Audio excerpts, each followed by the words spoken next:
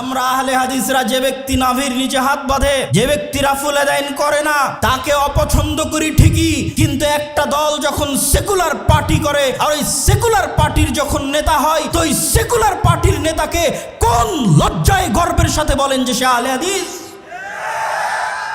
তওবা করা উচিত। একটা সেকুলার পার্টির নেতা কিভাবে আহলে হাদিস হতে পারে? আজকে আহলে হাদিসদের হীনম্মন্য মনোভাবের সবচেয়ে বড় প্রমাণ হচ্ছে কোথায় কোন ছাত্র নেতা, কোথায় কে আন্দোলন করলো, তারা সেকুলার, তারা লালনবাদ, অথচ আহলে হাদিস আলেম গর্ব করে বলে যে তারা উমুক আহলে হাদিসের উমুক। নাউজুবিল্লাহ মিন যালিক। আহলে হাদিসদের এই হীনম্মন্য মনোভাব থেকে বের হয়ে আসতে হবে। একজন আহলে হাদিস রিকশা চালক একজন সেকুলার দলের নেতার চেয়ে হাজার গুণ ভালো। একজন আহলে হাদিস মুচি এবং মজুরি একজন ন্যাশনালিস্ট দলের, সেকুলার দলের নেতার চাইতে, ছাত্র আন্দোলনের নেতার চাইতে লক্ষ কোটি গুণে ভালো। অথচ আহলে হাদিস আলেমের সন্তান যখন প্রধান উপদেষ্টার দরবারে গিয়ে নিজেকে আহলে হাদিস দাবি করে, তখন কেন গায়ে জ্বলে? আমি কি নিজেকে আহলে হাদিস দাবি করতে পারি না? আহলে হাদিস কি ব্রাহ্মণ্যবাদ যে নির্দিষ্ট একটা গোত্র, নির্দিষ্ট একটা দলের জন্য সীমাবদ্ধ থাকবে? পৃথিবীর আশেপাশে করে উত্তর থেকে দক্ষিণ, পূর্ব থেকে পশ্চিম, যেখানে যারা কোরআন এবং সহিহ হাদিসের মতবাদের উপর অটল থাকবে তারাই আহলে হাদিস। আব্দুর রাজ্জাক বিন ইউসুফ কোনদিন বাংলার মাটিতে শিরক এবং বিদআতের সাথে আপোষ করেনি। আব্দুর রাজ্জাক বিন ইউসুফের সন্তান হিসেবে যদি কোনোদিন শিরক এবং বিদআতের সাথে আপোষ করতে হয়, দাওয়াতি কাজ বন্ধ করে দেব, তবু শিরক এবং বিদআতের সাথে আপোষ করব না।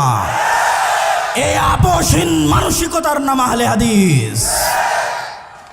আজকে আমি পড়ছিলাম আল্লামা আব্দুল্লাহিল কাফি আল কুরাইশি রাহিমাহুল্লাহর আহলে হাদিস পরিচিতি।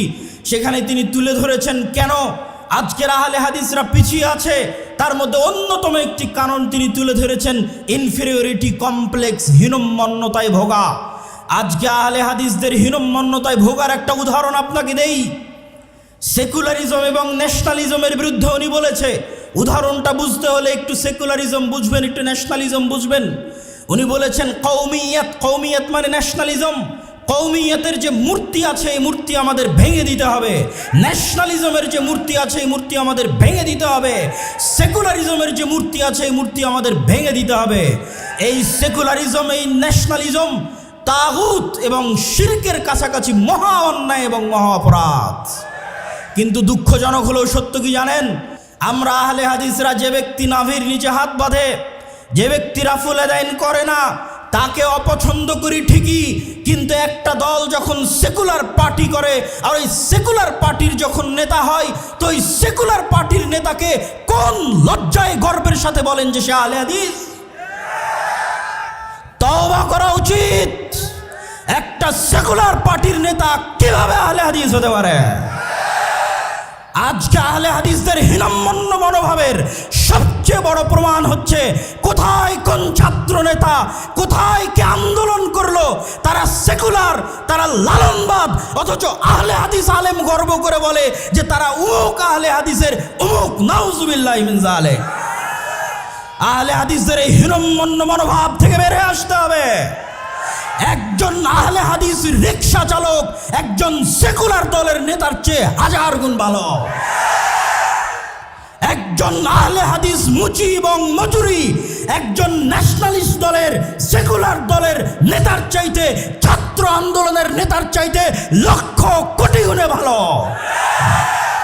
অথচ আহলে হাদিস আলেমের সন্তান যখন প্রধান উপদেষ্টার দরবারে গিয়ে নিজেকে আহলে হাদিস দাবি করে, তখন কেন গায়ে জ্বলে? আমি কি নিজেকে আহলে হাদিস দাবি করতে পারি না?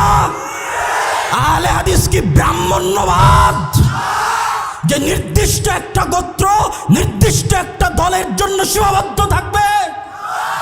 পৃথিবীর আশেপাশে করে উত্তর থেকে দক্ষিণ, পূর্ব থেকে পশ্চিম, যেখানে যারা কোরআন এবং সহিহ হাদিসের মতবাদের উপর অটল থাকবে তারাই আহলে হাদিস। আব্দুর রাজ্জাক বিন ইউসুফ কোনোদিন বাংলার মাটিতে শিরক এবং বিদআতের সাথে আপোষ করেনি। আব্দুর রাজ্জাক বিন ইউসুফের সন্তান হিসেবে যদি কোনোদিন শিরক এবং বিদআতের সাথে আপোষ করতে হয়, দাওয়াতি কাজ বন্ধ করে দেব, তবু শিরক এবং বিদআতের সাথে আপোষ করব না।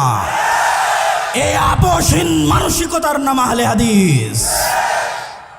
আর একজন আহলে হাদিস আলেমের সন্তান হিসেবে, আহলে হাদিস আকীদা লালনকারী হিসেবে পৃথিবীর যে প্রান্তে আমাকে উপস্থিত করা হোক না কেন, পৃথিবীর যে কোনো জায়গায় আমাকে ডাকা হোক না কেন, সেই প্রত্যেক জায়গায় আমি নিজেকে আহলে হাদিস বলেই পরিচয় দিব। আর গর্বের সাথে বলতে চাই যে একটা সেকুলার পার্টির নেতার চাইতে, লালন মতবাদে বিশ্বাসী নেতার চাইতে একজন আহলে হাদিস রিক্সা চালক, একজন আহলে হাদিস দিন মজুর, যার আকীদা সালাফি, যার বিশ্বাস সঠিক, সে বেশি ভালো, বেশি কল্যাণকর আল্লাহ সুবহানাহু ওয়া তাআলার নিকটে। অতএব আহলে হাদিসদেরকে আপোষকামী মনোভাব থেকে বের হয়ে আসতে হবে। এই আপোষকামী মনোভাবের কথা আল্লামা আব্দুল্লাহিল কাফি আল কুরাইশি তার ইনফেরিয়রিটি কমপ্লেক্স আহলে হাদিস পরিচিতি বইয়ের মধ্যে তুলে ধরেছেন। সম্মানিত উপস্থিতি, আহলে হাদিসদের আপোষহীন হতে হবে, নিজেকে নিয়ে গর্ব করতে শিখতে হবে, আহলে হাদিস জাতিকে নিয়ে গর্ব করতে শিখতে হবে। আহলে হাদিস পরিচিতির মধ্যে আহলে হাদিসদের কি দায়িত্ব এবং কর্তব্য তার গুরুত্বপূর্ণ দিক নির্দেশনাও আল্লামা আব্দুল্লাহিল কাফি আল কুরাইশি রাহিমাহুল্লাহ দিয়ে গেছেন। আরও গুরুত্বপূর্ণ দিক নির্দেশনা আল্লামা ইবতিসাম ইলাহি জহির হাফিজাহুল্লাহ তিনি আপনাদের সামনে দিয়ে গেলেন। আমি আমার বক্তব্য দীর্ঘায়িত করছি না, বক্তব্যের শেষে এতটুকুই বলবো, আল্লাহ সুবহানাহু ওয়া তাআলা বলেছেন ওমাই ইয়াকফুর বিত্তাগুত, আগে তাগুতকে অস্বীকার করতে হবে। ইব্রাহিম আলাইহিস সালাতু ওয়াস সালাম বলেছেন যে ইন্না বুরাউ মিনকুম, তোমরা যেই সমস্ত শিরকের ইবাদত করো ওই সমস্ত শিরক থেকে আমি ইব্রাহিম মুক্ত। তিনি কোরআনের যেখানে ইব্রাহিম আলাইহিস সালাতু ওয়াস সালামের কথা খুঁজবেন সেখানে ইব্রাহিম আলাইহিস সালাতু ওয়াস সালাম শিরক থেকে নিজেকে মুক্ত ঘোষণা করেছেন। আহলে হাদিসদের যদি ঈমান পরিপূর্ণ করতে হয় তাহলে আগে এই সেকুলারিজমকে, আগে এই ন্যাশনালিজমকে এবং এই ধরনের যত মতবাদ তন্ত্রমন্ত্র আছে এই সমস্ত তাগুতি মতবাদকে অস্বীকার করতে হবে প্রকাশ্যে। যেই দিন প্রকাশ্যে অস্বীকার করতে পারবে সেই দিন ঈমান পরিপূর্ণ হবে, তাওহীদ পরিপূর্ণ হবে। আর ইসলাম আমাকে এবং আপনাকে নিয়ে বিজয়ী হতে হবে, এই জন্য ইসলাম নয়, ইসলাম নিজেই বিজয়ী হতে পারে। আপনি সাথ দিবেন কিনা সেটা আপনার ব্যাপার। সম্মানিত উপস্থিতি, আমি আমার সংক্ষিপ্ত বুঝ অনুযায়ী যেটি বুঝেছি যে আমরা যদি ইসলামকে রাষ্ট্র ক্ষমতায় প্রতিষ্ঠিত করতে চাই তাহলে আমাদের রাষ্ট্র ক্ষমতায় প্রতিষ্ঠিত হওয়ার যোগ্য হতে হবে, যা আমার প্রত্যেক বহু বক্তব্যে আপনাদের সামনে তুলে ধরেছি।